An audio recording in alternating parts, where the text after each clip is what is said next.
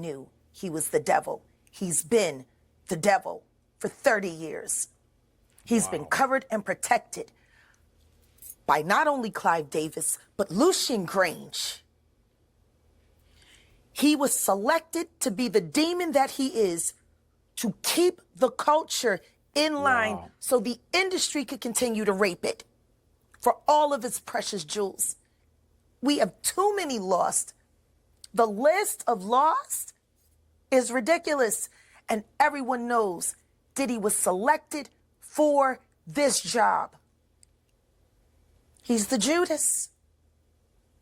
Do you think that if